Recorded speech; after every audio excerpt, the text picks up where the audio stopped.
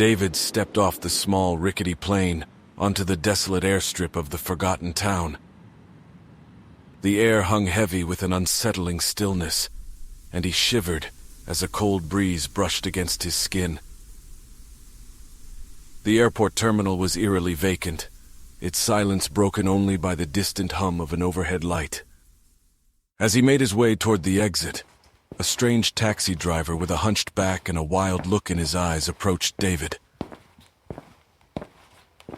The driver's twisted grin sent shivers down his spine, but David brushed off his unease and climbed into the cab, hoping to reach his brother's place.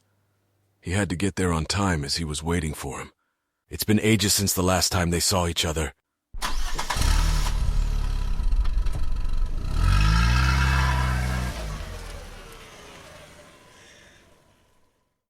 The taxi ride was a blur of twisted roads and shadowed landscapes. David's unease grew as the driver's erratic conversation shifted from peculiar anecdotes to unnerving whispers. Just as he began to question his decision, the cab suddenly jolted to a halt, the tires hissing against gravel.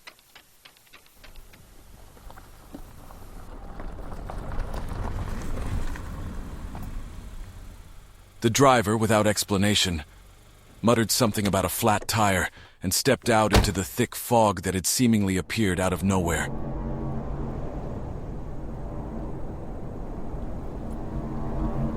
David watched as the driver's silhouette faded into the mist, leaving him alone in the suffocating darkness.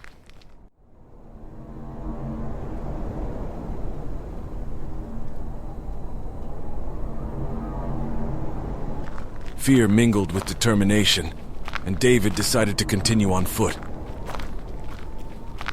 With each step, the fog thickened, obscuring his path and distorting his perception. Strange figures seemed to materialize and vanish just beyond his sight, and eerie whispers echoed through the mist.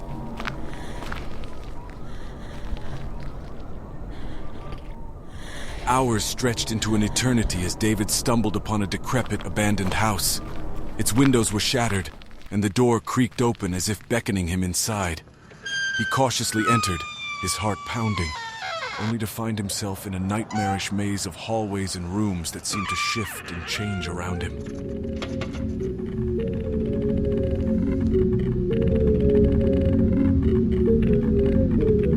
In the depths of the house, David encountered unsettling scenes. Distorted reflections and shattered mirrors. Disembodied voices whispering secrets. And unsettling apparitions that seemed to defy reason. Panic gnawed at his mind, his grasp on reality slipping with every passing moment. Finally, as he reached what appeared to be the heart of the labyrinthine mansion, he found a room bathed in an eerie, pulsating light.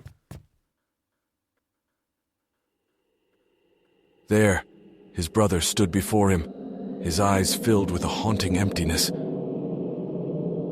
David's heart raced as he called out to him. Hey! But his brother remained unresponsive, his form wavering like a mirage.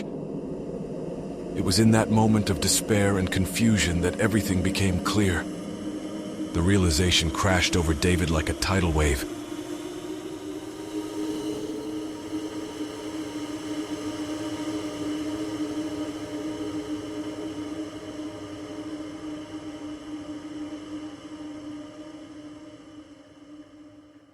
He had been trapped in a coma, his mind constructing this nightmarish world as he lay unconscious.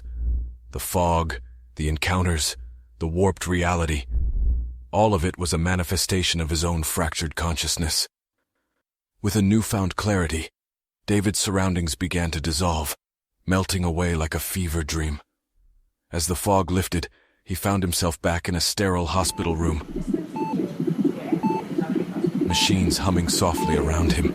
His eyes fluttered open, and he was met with the concerned faces of his family. In the end, the twisted tale that had unfolded within his mind was nothing more than a creation of his own imagination. The line between reality and nightmare had blurred, leaving David to grapple with the shadows that had danced on the edge of his consciousness.